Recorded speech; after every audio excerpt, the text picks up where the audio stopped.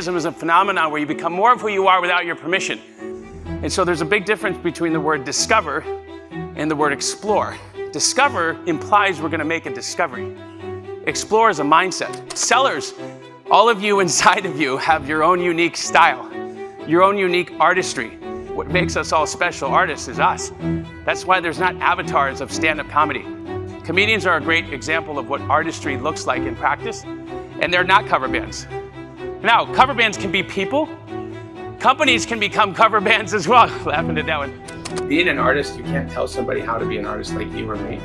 You can give them the principles and the inspiration and the tools and techniques, but this isn't like a management, playbook. Here's the 1, 2, 3, step 4, 5. Now you're a business artist. You go watch somebody who nails it in the field and they're doing something completely different. They're present, they're in the moment, they're in a flow state, they're playing jazz. And so that the term business artist kind of came from this obsession.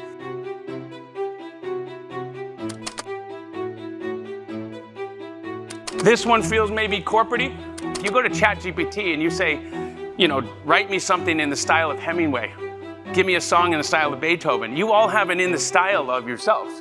What is the opposite of the word creation? Destruction, right? You would assume if you're not creating something, you're destroying something. I would argue that the opposite of the word creation is consumption. Now, hear me on this. If you're not creating works of art, if you're not creating things, you're consuming other people's creativity. You're consuming their ideas.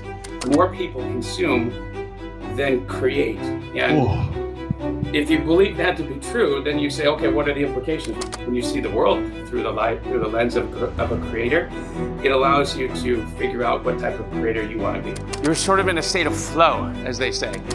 And you probably had this happen to you, where you get out of a meeting and some colleague of yours was like, brilliant. And you're like, why did you share that story? Why did you know to go there? How did you know to ask that question? And the person will say, I don't know. I was in it. Has anyone ever experienced that before?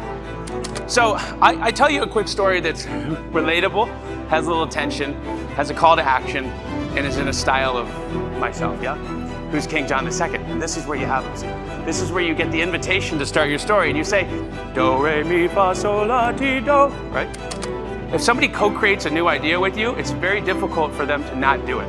In a sales capacity, sometimes we compete so hard, and collaborating is not only more fun, but you get access to their mind and to their network and to their relationships.